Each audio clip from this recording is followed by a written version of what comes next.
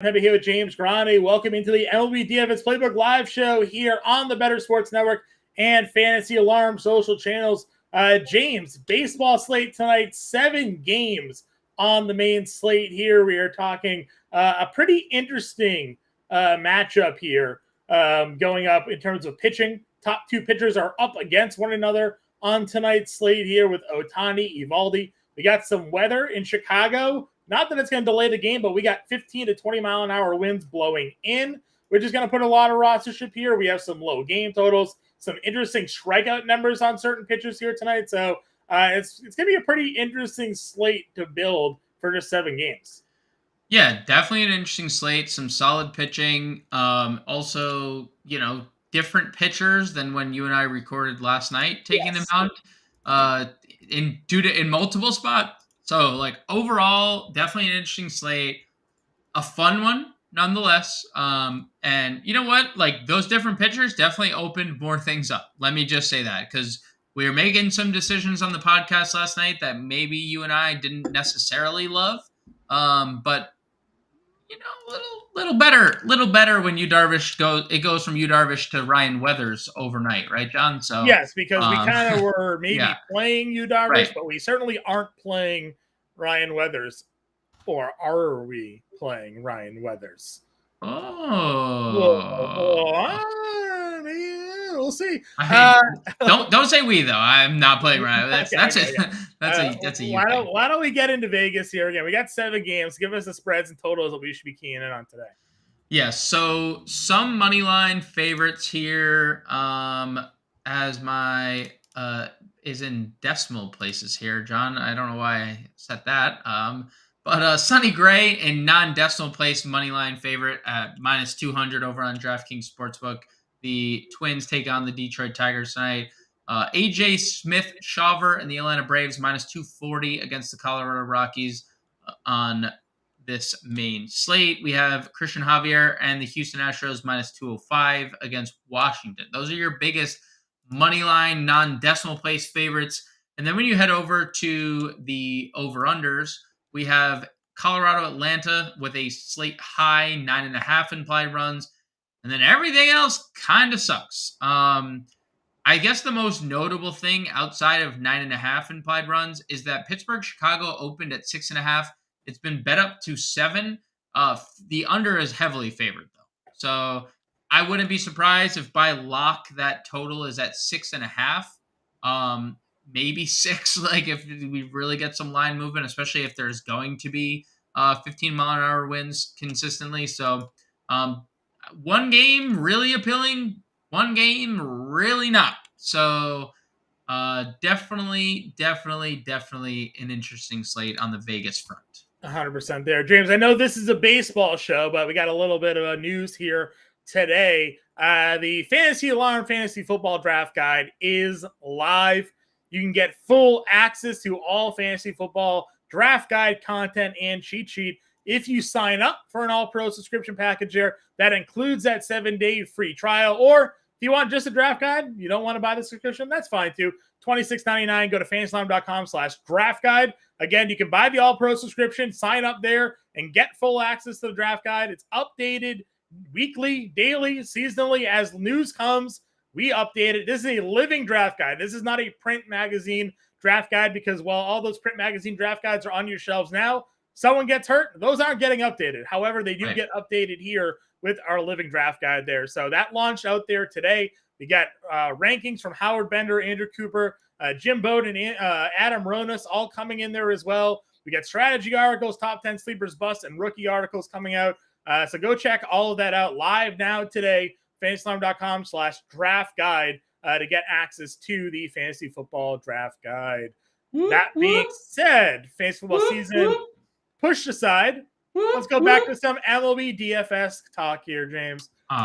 We got the main slate here, 7 games. Pitching up at the top, Nathan Eovaldi, Shohei Ohtani. Where are we going here tonight between the top 2 price starting pitchers? So I think you can go either direction. I think largely the field is kind of staying away. Not staying away, but there's the next crop of pitchers. A lot of people are going to. DePrince, you have not missed anything. Welcome, good sir, to the start of the show. This is the fantasy. We're just promoting the NFL draft guide. That's what you missed. Yeah, draft guide's launch free. Fantasy football draft guide's now live. If you're just tuning in now, fantasylime.com/draft guide. You can go check it out. If you're already a subscriber, you have it for free. If you're not yet a subscriber, I don't know what you're waiting for. 7-day free trial. Get access to it. fantasylime.com/draft guide. I think DePrince missed that link. What was it again? fantasylime.com/draft guide. fantasyalarm.com/draft guide, right? Yeah, cool little graphic there. There you go. Cool little graphic. Wait, fantasyalarm.com/draft guide. There's a 7-day free trial at fantasyalarm.com/draft guide. Okay. Yeah. That's pretty cool. fantasyalarm.com/draft guide. So Nathan Eovaldi, Shohei Ohtani. Look, I think it's a very interesting matchup between two pitchers that are both elite this year. Ohtani has definitely been better as a hitter of late, and like as good as it's gotten of late for hitting. He has not been the same guy pitching, but we know he has as much strikeout upside as anyone else on the slate. And for as good as Texas is, they do have a 23% strikeout rate against righties this year. Look, you can't go wrong with either guy, or can you? But they're priced the way they are because they have the highest ceilings. We've seen Eovaldi have a complete game shutout already this year. We've seen him go 3 consecutive starts, almost complete game shutting out opponents. So I don't think there's a wrong answer. I personally am going the Shohei Ohtani route because I think there is more upside in terms of strikeouts. The Angels strike out a lot less than Texas this year. He has the highest projected strikeout total over on DraftKings Sportsbook today. Does not surprise me. And truthfully, this is the first time all year we've seen Shohei Ohtani projected for less than 20% roster share. And that's appealing to me. And Eovaldi's right there with him. It's not like either guy is super high projected, but that's very appealing. If you can get Shohei Ohtani, who has had 4 games of 10 plus strikeouts this year, at less than 20% rostered, I'm in. So I'll go Ohtani. And Christian Javier, who's getting a lot of ownership tonight, John, is not even in the same ballpark of those two guys for me, just for what it's worth. Maybe you've changed your opinion or tune from what the podcast was this morning, but he's projected higher rostership than both those two. Wow. And I want to ask those who are getting to Christian Javier, I understand that Framber Valdez gave you 22 fantasy points last night, but at 10-2, if Christian Javier gives you 20 fantasy points, are you really that happy? Right. Is that I'm not. Honestly, we talked about this with the righty bats were starting to Nationals were slowly starting to come alive against right-handed pitching. They still don't strike out against right-handed pitching here. So and Javier this year not striking anybody out either. So that was a little bit of a dangerous matchup, I think. I'm living in the next tier. Yes. Mark asked why I don't like Sonny Gray here. I've flipped the tune a little bit. Obviously, last night on the show, I was at least just mentioning that the recent struggles for Sonny Gray. But I feel like we did this with Aaron Nola as well, where we were like, oh, Aaron Nola's kind of sucking, but look who he's faced. And then I think it was Detroit. He went out and just absolutely put the hammer to. Now, Sonny Gray doesn't necessarily have the same stuff as Aaron Nola, I don't think. But Vegas has Sonny Gray with a 6.5 strikeout prop tonight, which is probably the highest it's been all year. So I am in on Sonny Gray tonight. This is an easier matchup for him for sure. Bounce back spot. He's a favorite to win. He's the biggest favorite on the board to get a win, or second biggest favorite on the board to get a win today at plus 165. So I am very much in on Sonny Gray. And then the guy below him is the highest favorite on the board to get a win at plus 135. And that's Marcus Stroman up against Pittsburgh. 15 to 20 mile an hour winds blowing in at Wrigley here tonight. So that is a huge bump to bats. He's also a ground ball pitcher anyways. And we like a lot of these Pirates generally against lefties, not righties. So give me Stroman here tonight. Give me Gray here tonight. I would rather live with those two as my SB1, SB2 and build around them than spend up for Eovaldi, Ohtani, Javier. That's what the field is doing as well. That is the Makes sense. clear approach. That is a clear approach tonight. Sonny Gray significantly higher than rostered than anyone else. Him and Marcus Stroman, the only two pitchers projected over 30%. And I don't. I largely agree with you because it's also extremely affordable. To me, there's a few okay value plays, but nothing as concrete as a guy who gets 18 ground ball outs in a game, and now anytime anyone wants to put it in the air against them, now they have to face 20-mile-an-hour winds. Like, how do you beat that? Right. How do you defeat the final boss that is Marcus Stroman tonight? Unless you're the Washington Nationals, who this wouldn't be a problem anyway, because they would just hit singles through the holes of Well, that's Wrigley just what it anyway, is. right? Yeah, you just single people to death here. Yeah, that's kind of where I'm at on the slate. It's a smaller slate. We talk about it all the time. Like, you can be chalky at pitching and just be different somewhere else on a smaller slate, because if Stroman and Gray go out there and give 25 to 30 fantasy points tonight, and you don't have them on a small slate, are you going to be different enough at your bats to make that difference? Right. Probably not. So I'm eating the chalk. If we are going down into the mid-tier range below them, does anybody jump out to you here today? So I don't know if anyone. There's obviously a few names. Like Johan Avito is obviously appealing, right? Just naturally in a game with a lot of wind, where a ballpark plays a massive factor in. Like when Yeah, there's wind in Wrigley, there's no other ballpark that has the impact that it does.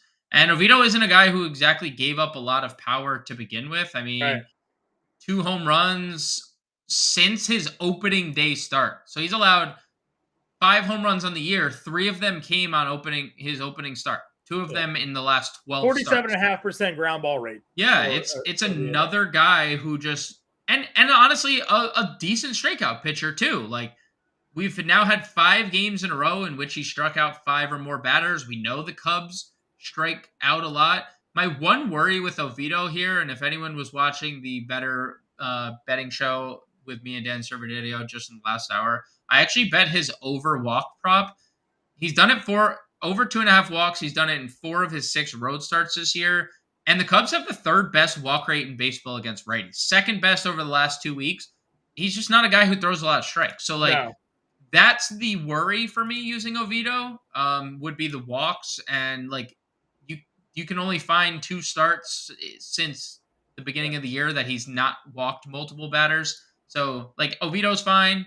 I think Yeah, the numbers for the Cubs, the walk rate obviously 10.5%, but everything else is terrible. Last 2 terrible, weeks terrible. against righties here, 219 batting average and 073 ISO at 280 WOBA, all pretty much down towards the bottom of the barrel there. It's just like, does Pittsburgh score off Stroman, right, to give him Yes. a spot to get a win here? So I don't mind the Oviedo call. I'm not really living anywhere else in this place either. I joked about Weathers. I'm not pitching Weathers here. I'm going with AJ Smith-Shawver if this game plays. It's summer in Georgia, so pop-up thunderstorms, big thunderstorms, those things exist here. This is the beginning of a series, so they could call it and play a doubleheader. Something to worry about there. So we have to at least monitor the rain here in Atlanta. It is one of the earlier start times, so we'll probably know before lock whether this one's going to be delayed or not. But that's the only really worry that I have. Other than that, it's a good matchup for him. He's cheap. I know he's young. I know they kind of limit him a little bit, but if he goes 5 innings and Atlanta jumps out to a big lead, and he can still get us some win equity there at $5,500. Yeah, massive favorite today. Like everything kind of trending in the right direction for him. I like that a lot. He's getting some ownership. A lot of people are he's the 6th highest rostered pitcher on tonight's slate, at about 17%. He's actually tied with Evaldi for 5th. So, yeah, I like Smith-Shawver. I want to ask you about 2 more guys, okay? Because one is getting ownership that I did not expect Okay, whatsoever, and one is not, and you already know where I'm going with that. go for it. One, I'll start with the guy that I like tonight, and that's Matthew Boyd. And I mentioned it on the podcast last night, and I haven't wavered because I did a little deeper dive Yep. on Matthew Boyd. And on the road this year, John, Matthew Boyd has a 2.93 ERA compared to an 8.46 home ERA. We already know Minnesota's struggles against left-handed pitching, especially in the power department. Lefties or average against Matthew Boyd at home this year, 301. Average against Matthew Boyd on the road this year, 184. 258 WOBA allowed. Like, I don't know. Like, looking at Detroit too, John, 8 pitched for their bullpen in their doubleheader across 2 games yesterday, across their doubleheader. They kind of need Matthew Boyd to get deep into this game. Like, even if he gets off to a rocky start, which we've seen at times, like let's say he gives up 2 early runs and he gets through 7 innings because they need him to at 2 runs. Like, Matthew Boyd not getting any ownership tonight against a team with the second highest strikeout rate against lefties and a bottom 4 team in OPS. The one name that I was not expecting to see that people actually like, and I really don't get this, is Michael Grove of the Los Angeles Dodgers, checking in with double-digit ownership. Michael Grove has been awful, really. Largely awful outside of one performance this year.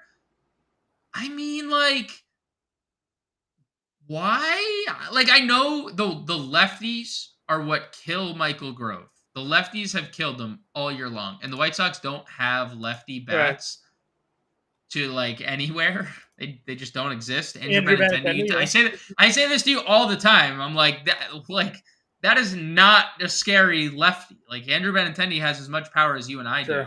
But, like, am I missing something? Should I be more interested in Michael Grove? I don't think so. I think this is a small slate special. That's kind of what I think that's all about. Okay. Because I just and Mark brings up an interesting point about Buxton being activated. Like, yeah, Byron Buxton, obviously he does make a difference. He's also hitting 220. And Byron Buxton has been one of those, like, very streaky hitters throughout his career. When he's good, he's good. When he's bad, he's terrible. He went on to Correa's starting to heat up a little bit too, though. So, like, yes, sure. And Rice Lewis, something that you and I talked about, like, hasn't had a lot of. Maybe he's the best lefty matcher of all time. He's only had 6 at bats. So, like, things could definitely be different. Buxton, by the way, just 2 for 24 with 8 strikeouts against Boyd. So. And he's hitting 220 on the year. Like, and he went into his IL stint 5 for his last 35. Yeah. So I've been teased by the Matthew Boyd lore plenty of times before, but you want to get different up against, again, one of the biggest favorites on the board in Sonny Gray. It's certainly a way to go about it. No one's playing him, just for the record. Yeah. I mean, like, the pitchers, here are the pitchers that are projected lower rostership: Dylan Cease, Ryan Weathers, Kyle Freeland. That's the end of the list. 2 of those guys we're stacking against. Dylan Cease is, who knows what happened to this guy. So, just to be a little different. I'm not like one lineup-ing Matthew Boyd, but if you're playing multiple lineups, I think there's things to like about Matthew. Okay. Let's move on over to the catcher position then and talk to me about your top catcher for today's slate, man. Top catcher of the slate is Sean Murphy. I don't even think it's all that close. He gets a lefty. He has been notoriously good against lefties. Like, that's all he's really done his whole career is just mash lefties. We're getting him in the midst of this Braves lineup. And I put out a tweet a little before the betting show a couple hours ago, or I don't even know what time it is anymore. Like, my day is whatever. Kyle Freeland, in 33.2 innings on the road this year, has allowed 8 home runs, John. That's 2.14 home runs per 9. In 9 innings more at home, which is Coors Field, he has allowed 4 home runs, less than a home run per inning. Like, Kyle Freeland, and you've mentioned this a couple times, only pitches well at Coors. Now he has to go to Atlanta, and I understand there's a little weather involved, but it's not a good pitching environment. It's very hot. The ball's going to carry, and he can't pitch on the road to begin with. Sean Murphy, far and away, he's my home run call of the day. Over on my Twitter feed, if you guys want to get involved, you see the Twitter handle right there. I put out a graphic every day about who's your home run call here at Fantasy Live and Better Sports. But Sean Murphy's my home run call of the day, and he's my favorite catcher to get to, and probably, truthfully, the only catcher over 4K that I have any interest in. Yeah, I think Jonah Heim could be an option tonight. Again, my contrarian play today is actually going to be stacking against Shohei Ohtani. Okay. Again, last two starts for him really haven't been all that great. And if you remember, James, you and I, we got Jonah Heim last year We did get Jonah Heim against when we Shohei. We pitched sure did. Shohei Ohtani against these Rangers, and I think he had a grand slam off of him or something like that. So I do like Jonah Heim here at $4,100. I think there's obviously always some good power. And then going up in the other side of that matchup, Angels catchers, right? Dice against Evaldi, fine going there. Just as a good hitter, just makes good contact, hits the ball well. And then Jeffers is a guy that has some pop a little bit in his bat against Boyd at $2,600. Yeah, and like I'm also conversely not against stacking against Matthew Boyd. Like he's one of those pitchers that I would be fully with and against. Like if you want to stack against him, fine. Ryan Jeffers last year against left-handed pitching, 226 ISO, 389 WOBA. Like hasn't been that same guy this year. 302 WOBAs, 107 ISO, definitely subpar, high strikeout rate. But I do think he is an interesting bat hitting at the bottom of this lineup. Catcher is definitely bad. Without a doubt Yep. tonight. It's a bad. It's not good. Let's get to first base where there's infinitely better options. Well, hold on. I got one. Martin Maldonado, cheap home run against a lefty. Come on. Sure. Oh, contest is full. No. Contest is full. Come on, now dude. Make me log in. Oh, my God. Come on. Now we all know your password. No. Don't hack me. God. Don't hack me while we're here. Making me do all this stuff. There we go. Just trying to update it for the lineups, man. Jesus. Killing me. I should have reserved it. Wouldn't have had to worry about it. All right. First base. Freddie Freeman, your top guy here. Yes. Okay. Any qualms against not going Freddie Freeman here tonight? No. I think Freeman's solid. I would go Olsen in the lefty spot if you wanted to pivot. But yeah, I love Freeman. Hard not to like Freeman. I mean, look, he's been great against righties, and Dylan Cease has not been all that good. Dodgers have still, even with like who's supposed to be a good pitcher, they still have a 5 implied run total. And his specific issue has been lefties. 182 ISO, 338 WOBA against left-handed bats. So no, I'm perfectly fine getting to Freddie Freeman. That's exactly kind of where I'm at with this one here tonight as well. Again, Nathaniel Lowe will be in my Ohtani stack there. I think that one works. Jones at $3,800, I think is another good play here in the mid tier. Yes, very hard not to like Nolan Jones in current form, and I know like Smith Shawver is like going to be pretty popular and whatnot, but like still a 20-year-old kid that we've only seen a handful of innings out of. Like that could definitely blow up in their face because let's face it, Colorado has had their most success, not a lot, against right-handed pitching. Like they do have two guys at the top of their order in Nolan Jones and Ryan McMahon who have hit righties very well. I mean, we saw it last night. McMahon was the only damage against Boston last night. And it was after a Nolan Jones double. Like that's just kind of what happened. So yeah, I'm perfectly fine getting to Nolan Jones. He has been amazing. And against right-handed pitching, 310 ISO, 477 WOBA. He just has a high strikeout rate against them. He just needs to cut down there. Mid-tier, again, Jose Abreu continues to be on one. 333, 959 OPS. It's almost a 600 slug last 10 games. Over the last 2 weeks against righties, he has a 656, against lefties, 656 WOBA as well. So just like totally locked in right now against Southpaws. He gets Mackenzie Gore. Yeah, love that. Just nice to see because he was too good. He's too good to not hit home runs. Like he was never gonna go like homerless for the year, but like to see the power coming through, it's great. He's too good of a hitter. I mean, he was like the most underappreciated hitter in baseball for like the last 10 years, probably. So yeah, I love Abreu, and honestly, if you're going any lower, I think it's Josh Bell for me. Truthfully, at 2,500. He's going to weather the storm here against Ryan. And He's been really good. He's been very good against left-handed pitching this Yeah. year. 194 ISO, 337 WOBA. And where Weathers has really struggled, it's righties and it's power. 217 ISO, 410 WOBA allowed. Very bad. Very, very bad numbers for Ryan Weathers. I'm going back to the Guardians. Well, I don't know if you've picked up on that yet, but I'm going to be playing some Guardians Yeah. tonight. Honestly, like I don't know how much I'm gonna get to. I don't think the lineup is out. It is. Damn, we're not getting Zaninu again against a lefty. And that was kind of what I was waiting for, to Yeah. maybe give us some like Sure. something.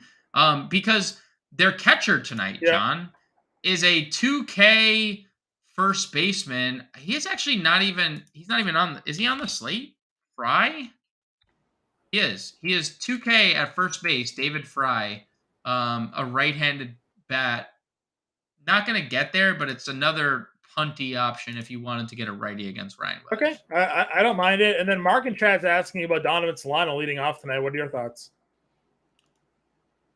I mean, he's hit lefties well. I mean, this is a guy who hit like 300 last year, Right. and he's not a bad baseball player. He's just like not. It's not like a sexy play because he's not going to go up there.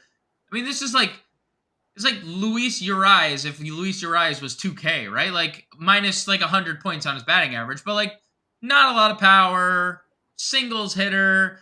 But for what it's worth, 151 ISO, 361 WOBA against left-handed pitching this year, and Matt Boyd has been worse against righties. So sure, if you want to play Donovan Solano, it's not. It could get Yeah. worse. Could be worse.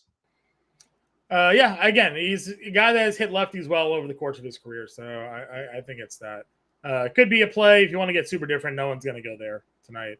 Nelly against Allen, too. Guy who just historically hits power against lefties. I know he's been off to a little bit of a slump there. But, back in the lineup now, homered in his first game back. So could be something to pay attention to there against Southpaws. Yeah, him and Brandon Dixon are both like the same player. One's just like 20 years older than the other guy. All right, let's go on over to the second base position here. Mookie Betts is your top guy. Simeon, Altuve, but we do have Albies against a lefty, so $4,800 is kind of the first plug when I was building lineups tonight, going up against Freeland as long as that weather plays. But I also like Ha-Seong Kim here at $3,600, also getting lefty and hitting fifth tonight. Yeah, so Albie's numbers are just absolutely ludicrous against left-handed pitching, and we say this every single time he faces a lefty, but they've been ludicrous for years. Like this is just what Ozzie Albies does. You said it last time when we talked about Rodolfo Castro. This is probably a guy who should just probably be batting from the right side exclusively, and he's not, so that's his fault. But 324 ISO, 482 WOBA against left-handed pitching. And I agree. I do like Ha-Seong Kim too, because he's been awesome against lefties as well. And I'm a little sad that you would dare target my boy You're a Logan Allen Logan fan, whatever. Logan T. Allen. But the Padres, where they have been good this year has been against left-handed pitching specifically, and Kim has been a key member of that. 203 ISO, 346 WOBA. So I like both those. A little power, a little speed there for Ha-Seong Kim if he gets in the lineup here tonight. After that, like I don't know, where are we looking to target? You mentioned that Jimenez actually hits lefties fairly well. $3,400 against Weathers. Does he make a lineup leading off tonight for the Guardians? Definitely. He's making multiple lineups. I already told you I'm stacking Guardians. In my hand, it's out there. 389 WOBA against left-handed pitching this year. And when you look at last season, 358 WOBA against lefties. Like he's just been good, and they gave him $100 million for a reason. Like he needs to be good more consistently. But starting to come around, 4 extra base hits and an 833 OPS over his last 10 games. Like starting to see signs of life. Jimenez is by far my favorite play down here. Just icing on the cake that he's leading. Yeah, I agree with you. I also think Kyle Farmer, again, you're going against Boyd, hitting fifth, does have some power against lefties. You can find him in some lineups here tonight as well for me. Yep, Fully agree. Over at the third base, kind of loaded up to the top. We got Austin Riley against Southpaw, $5,300. Manny Machado, I know you like Allen, but that guy is booming. No, yeah, he's been against lefties here. $4,800 for him. The FanDuel pricing on these guys are actually hilarious. Riley's $3K. Machado's like $2,800 or $2,900. Like free third base top tier guys. Jose Ramirez being down here at $4,500. Dude, is the big. Here's what sucks. They had a righty on the mound, and Jose Ramirez against righties this year is a raking. But for two straight years, Jose Ramirez has sucked against lefties. So I know that he homered off a lefty when he faced Boston twice. But that guy's not in baseball anymore. So, it's debatable as to whether or not that was even a major league pitcher. Right, that's fair. Not that Weathers is probably marginally better than that guy. Again, forget his name. But I don't know, $4,500. If Weathers isn't long for this game, then you could get a Padres bullpen in here, a righty on the mound against Ramirez, and better matchup for him. Mark, what's his name? Mark can come up with a name for him, right? That's what he did the first time around. Made up Mitchell, whatever it was. It wasn't even Mitchell. Yeah. He created a player in MLB The Show, and then said what his created player was. This position makes me want to play FanDuel, John, because I want to play all the Austin Riley. I also do want to play Manny Machado, although I'm a Logan T. Allen stan. And I can't ignore Jose Ramirez at $4,500. You are right that Jose Ramirez has stunk in pretty much every category against left-handed pitching. For 2 years. But one. There has been one category that Jose Ramirez is still the lead in. And the chart is very green. Like, as green grass you looking at. 243 ISO against lefties this year. Last year, 188 ISO against left-handed pitching. So, like, the power, and he's 4,500, is hard to ignore, right? Like I said that on last night's show when we were talking about it against Yu Darvish. Infinitely worse pitcher now against Ryan Weathers, who has allowed over 200. And like, I'm not even afraid to throw Ryan McMahon into that mix because Ryan McMahon's been the bee's knees for like a month. How would you? Okay, I'll throw this back at you. If you're ranking them based on your exposures tonight, how are you ranking them? And if you want to exclude McMahon, because like, let's face it, Riley, Machado, and Ramirez are probably the three best options, and that is what it is. How would you rank them? Riley, Machado, Ramirez. You rank them as priced. I would probably flip Ramirez and Machado, in my opinion. Now, unbiased aside, you like Allen, so you're less on Machado for that reason. I might put Ramirez first because he's $4,500 and it's the first time he's probably been this price in 3 years. Yeah. Oh my God, Father said Riley. Not that he's biased with the Atlanta Braves logo next to his name. It's just like I get the ISO numbers, but like Riley and Machado also have the ISO numbers. I know. With everything else. I know. So yeah, the Braves 5-man pitchers fall where they fall. As long as the weather holds out. Again, we got to get boots on the ground there in Georgia. The other half of the power play boys is out there. We got to get the DFS mountain lion. He's out there in Georgia. Got to figure out the little finger test. What's the weather like out there? So we'll see what's going on. Royce Lewis is $3,300 here. Yep. Interesting. Only 3 for 6 against lefties. They haven't played him against lefties, but he's here too. Tell us what the weather is there, and if we're gonna have to worry about it or not. So cloudy all day. Yeah, they say it's supposed to rain though, so I guess that's what we have to pay attention to. Any other third baseman for you? Look, I'm just going to naturally, my brain, when I saw Michael Grove double-digit ownership shut down and like made me want to play White Sox. And that's terrifying because they're not a good team. Jake Berger coming off a double dong yesterday, John. He's 3,600. He just hits for power, right? Like only hits for power. And like, again, I understand Michael Grove that just only gets righties out. Like, he does not get lefties 30 out. home runs this year, and everybody's been like, what the heck happened? And he's gonna have 50 RBIs because they're all solo shots. Nobody on base for Jake Burger home runs. I'm just saying, like, in no world do I ever think Michael Grove is a double-digit owned pitcher in any capacity. Jake Burger has a 306 ISO against right-handed pitching this year. Maybe. There's a case to be made if you're playing 20 lineups that the White Sox should have some ownership come in. Just listen to this for a second. Let me just throw this out there for you. There is 6 guys in their lineup tonight, projected. I don't think we have an official White Sox lineup tonight, that have an ISO of 170 or better against right-handed pitching. 6 of 9. Andrew Benintendi, we know, is not going to be one of those guys because he doesn't hit for power. Tim Anderson's not going to be one of those guys because he doesn't hit for power, but he can be a good baseball player. Yasmani Grandal is a 330 WOBA. That's the only. Everyone else, Luis Robert, 240 ISO. Eloy Jimenez, 180 ISO. Jake Burger, 306 ISO. Romy Gonzalez had that crazy 4-game stretch of like home runs and speed and never to be seen again. 240. Just saying, Michael Grove's a bad pitcher. Jake Burger, 306 ISO. Would not be surprised if we see multiple home runs leave Dodger Stadium tonight because, and again, I'm not sitting here advocating for the White Sox. I'm not, but I would have interest in select numbers. And Jake Burger, 306 ISO stands out to me coming off a game where he double dunged. And like you just said, guy's going to hit 35 home runs and like nobody even cares. Nobody's going to even notice that it happened. So.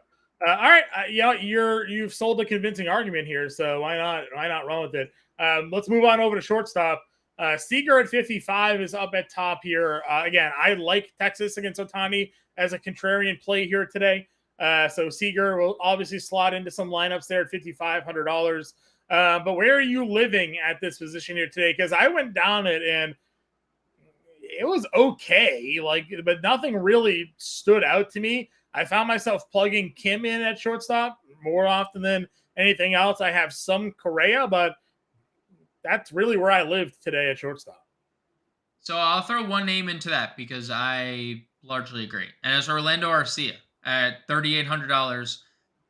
Dude.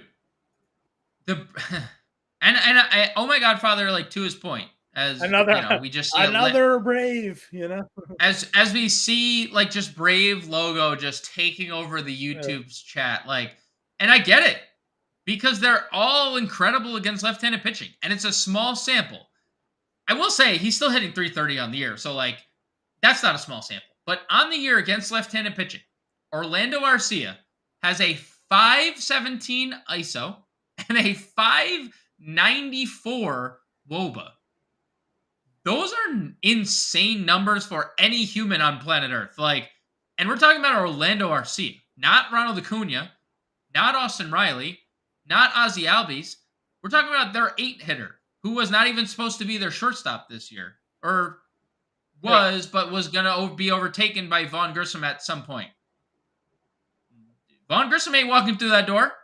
Because Orlando Arcia has a 517 ISO against left-handed pitching this year. He's just hitting everybody in general. 331 with a 553. This is the guy that Milwaukee had hoped he'd be, and then they dealt him, and now he's amazing. So right. That is where that would be the only other like real definitive play that I would be getting to. Hard for me to ignore. Obviously, if I'm stacking Guardians, Ahmed Rosario, 3,200 hitting second. Sure. He has some stolen base support. Yeah. I mean, Abrams is down here, Kyle Farmer again, 2,500, but it's a weak shortstop outside of sort of that upper half when it comes to value there.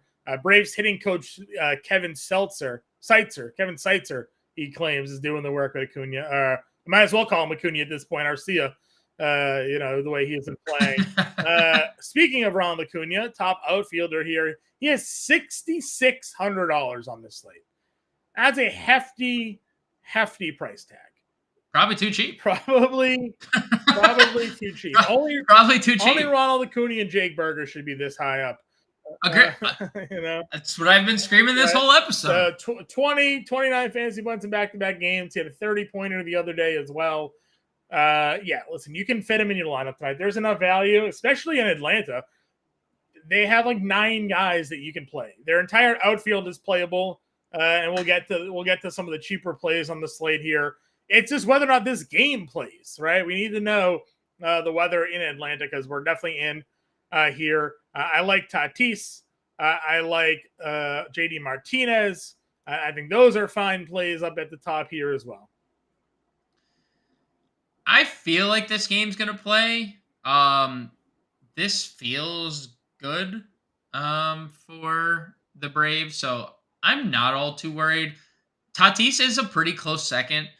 Is Tatis going to lead the NL in home runs? Like, dude, is he just going to miss half of a third of the season and just well, nobody ever said I'm he hitting wasn't 40. Talented. So no, I know, but like 2 stolen bases dude. the other day. Like he's just got everything. He's got 47 games. He's got 14 homers and 10 stolen bases already. Like, dude, if you took the draft discount this year on him, Imagine you had Acuna, like you took Acuna to start a draft. And then picked up Tatis like 3 rounds later. In like the 5th round. Yeah, like you did like a Corbin Carroll. You reached on Corbin Carroll in the 4th and then came back with Tatis. And then drafted Gunnar Henderson, and now you're just sitting here just like this every day, just lean back, clicking on your team like, what a time to be me. Yeah. I think Tatis at 6K is an elite play. Definitely can get to JD Martinez. Adolis is obviously interesting if you're playing your Texas stacks. Kyle Tucker hit a home run against a lefty the other day against Washington. Like, I think you can go well there.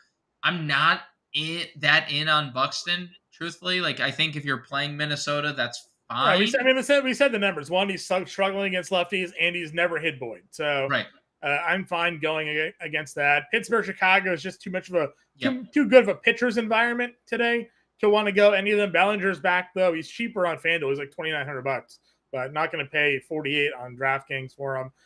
Morel, I would have liked it, but again, the wind kind of knocking down. But Morel's power stroke slowly starting to come back here. Where else are you kind of piecing out? Because I looked at the top group and then I kind of just went down to the value, man. Like, there's some good guys here, like 3,500 and under.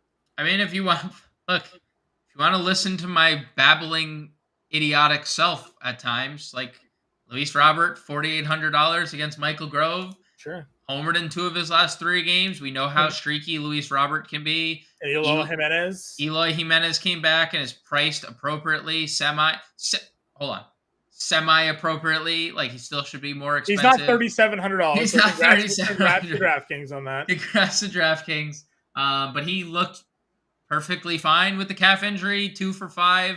They scored 8 runs. Hey, look at that. Eloy Jimenez back. They go 8 runs with Clayton Kershaw on the opposing them, right? Like, just saying.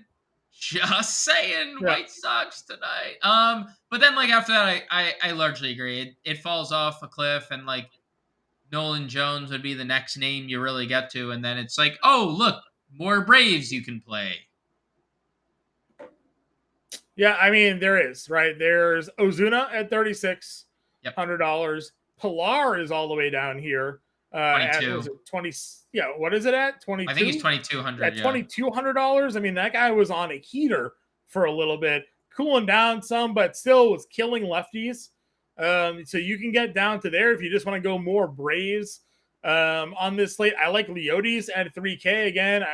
And then Mark points it out, Chas, with an S, as he spells it on everywhere else, but on his Twitter account, he uses a Z for Chaz. Leading off tonight, he was my home run call a few nights ago, came through for us here.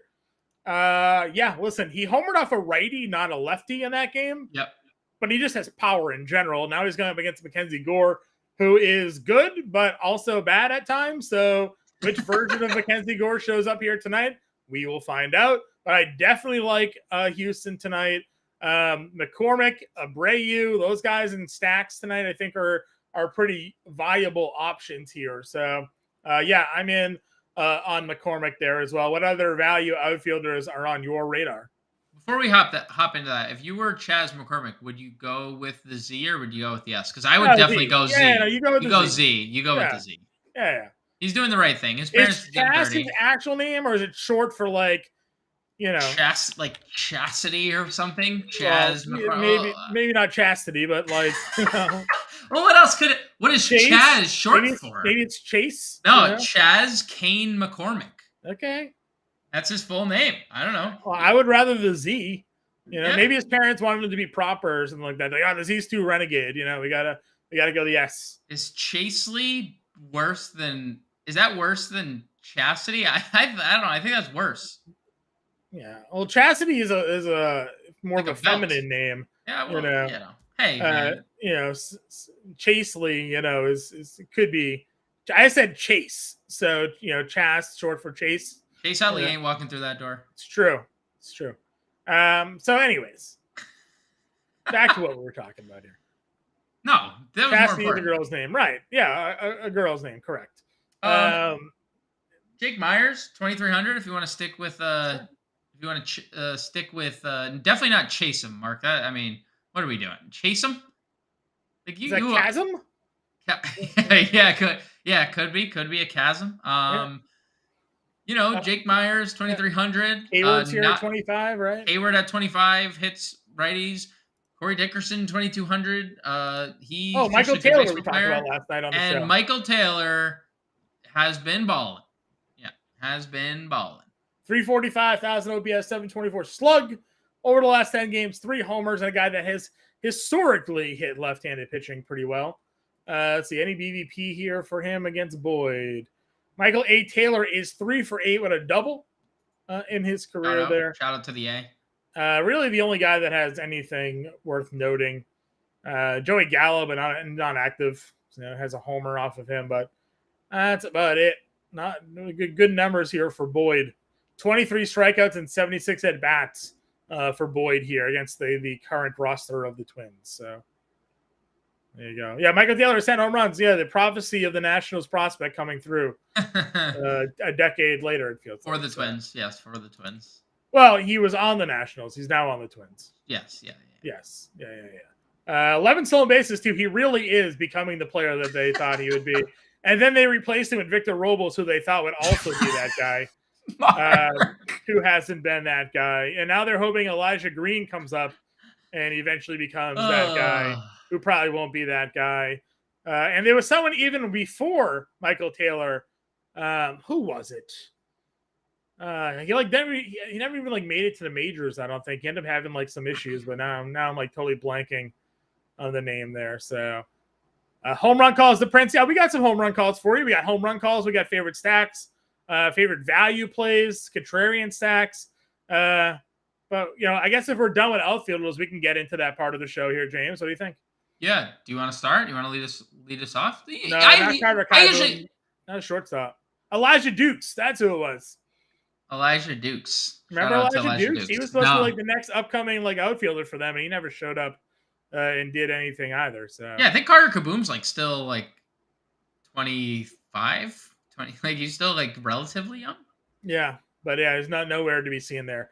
All right, let's get to our Grande Gems and Impemba imprints here, James. Run it down for me after you drink your water here. Don't want to choke. Give me your home run call of the evening. A lot of talk in this stream, I'm talking more than usual, which is hard to do. The home run call is Sean Murphy tonight, plus 330 over on DraftKings Sportsbook. No surprise there. Braves everywhere. Yo, my Godfather nailed it. Top stack of the night. Braves. The field is there too. This isn't a secret. Everyone's getting to them. They have a 6 implied run total. It's like Coors, but we're in Atlanta, Yeah. And Colorado just happens to be on the slate, be the opponent. So unfortunate for them. My contrarian stack, look. I've talked myself into it. I'm going to plant my flag. No, it is not the Minnesota Twins I'm not going to lose money on tonight. It is going to be the Chicago White Sox that I'm going to lose money on tonight. Mark is going to be the one losing, as he already talked about it. Another full Twin stacks. Thanks, guys. I thought that was the best comment of the whole stream because Mark just gets it. He understands. White Sox are my top stack. Star of the night. I'll just stick with Sean Murphy because I think Sean Murphy has infinite upside. Like, it's Sure. hard to just go away from the Braves when every single player in their lineup has a 300 ISO or better. And then my value play of the night, I'll go with Orlando Arcia. And if you want to be contrarian, I'll go with Jake Berger, who has 15 home runs in like 50 games. I thought you were going with Burger. That was like my A burger guess sounds there. really good though right now, John. I don't know about you, but a burger sounds really good I right could now. certainly get behind a good burger there. So yeah, I like that. I like that. All right, for me, my home run call tonight, we're gonna go with the Macho Man Manny Machado. I think he gets it done there against the lefty. Just a lot of power upside on a heater there. Some good power numbers. For my top stack of the evening, yes, Atlanta have to. If you want to pivot off that, I think you can go Dodgers against Cease. Yep. I think you can go there. My contrarian stack, I've said it. I'm going against Ohtani. So give me Texas. I'll play Seager and Nathaniel Lowe, Jonah Heim, Adola, Simeon, some combination of those guys here tonight against Ohtani, just to be different from the field here. And I think that will play out there. My star of the night, we're going to go with Corey Seager. I think he's the one that makes a difference for that contrarian stack. Again, Otani's just been hit his last two outings here where we thought maybe he would have some good numbers. And then my value play of the evening, we're just going to run it back with Jose Abreu on another one on a heater, hitting for power. Gets a lefty here, hitting lefties really well over the last week. So a couple weeks, actually. So give me Jose Abreu as my value play. Give me Corey Seager as my star of the night. Give me the Rangers as my contrarian stack. Give me the Dodgers and the Braves as my top two stacks of the night there. And then my start of the night, my home run call, rather, is then be Manny Machado here this evening on the board. So, James, before we get to build our lineup, just one last mention here for the new people tuning into the show. Fantasy Slam Draft Guide. It's out. Fantasy Football Draft Guide is here. FantasySlam.com/draft guide. If you want to buy just a draft guide, it's $26.99. Or you get it free with a subscription. So sign up, go to FantasySlam.com/all-pro.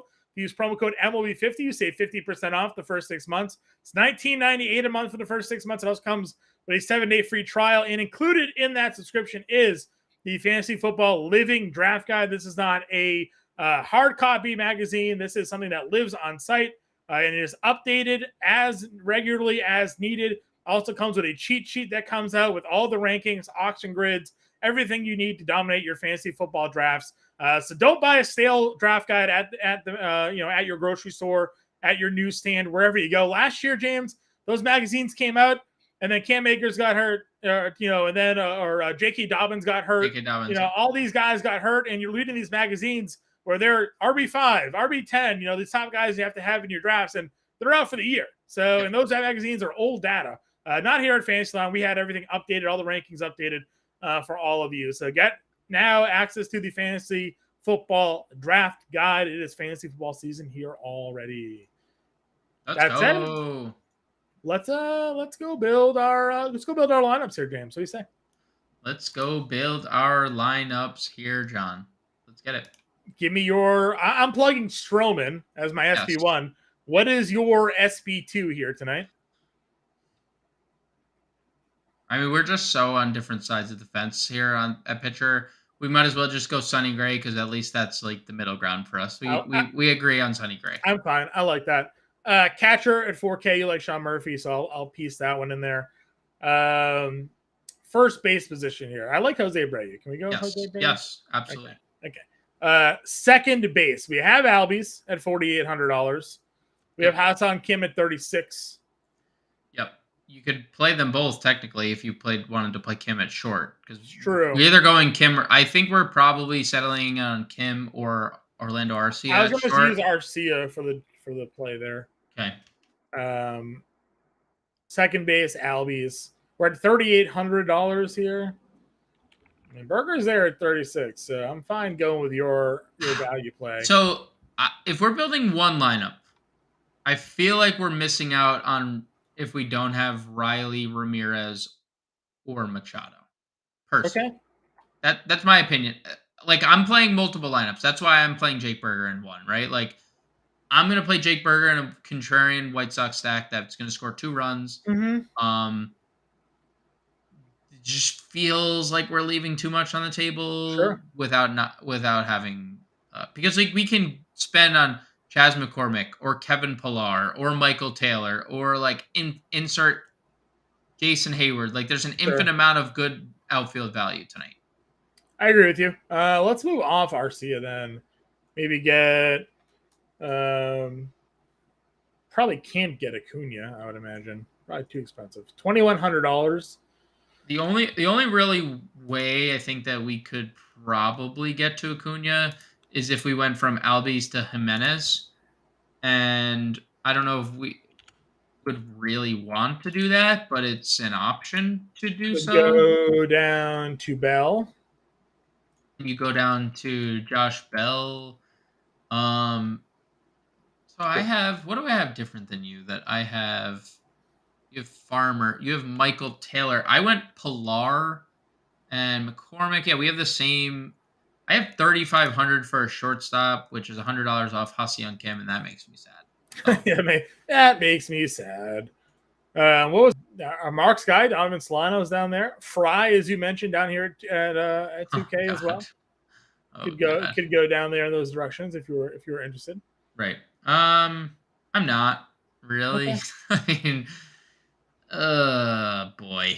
Oh, we can do $100 this. off. Well, let's do this because you Go like Machado or Jose Ramirez. We'll go Ramirez. We'll get the 3-4. Now we have $1,000 to play with here. Go back to Jose Abreu at first, or you want to stay Josh Bell? I can do Abreu here. That's fine. Abreu, and then that's 2,900 for a shortstop. So still kind of sitting here at Farmer. Farmer, yep. Works. Okay. So we got a lineup here. James and I put it together. We have obviously a lot of different variations that can go here tonight. But we got Stroman, Gray, the two top rostered pitchers as expected on the slate here tonight. Murphy, Abreu, Albies, Ramirez, Farmer, McCormick, Taylor, and Acuna. We got an Atlanta stack. We got a 2-man Houston stack. We got a 2-man Minnesota stack out of nowhere. You're welcome, Mark. And we got a one-off Jose Ramirez here at $4,500 at third base. James and I will be in the Discord till Roster Lock, so you find us in there. We'll be back tomorrow, podcast in the morning, and then a live stream at 5 o'clock to close out the week for everybody.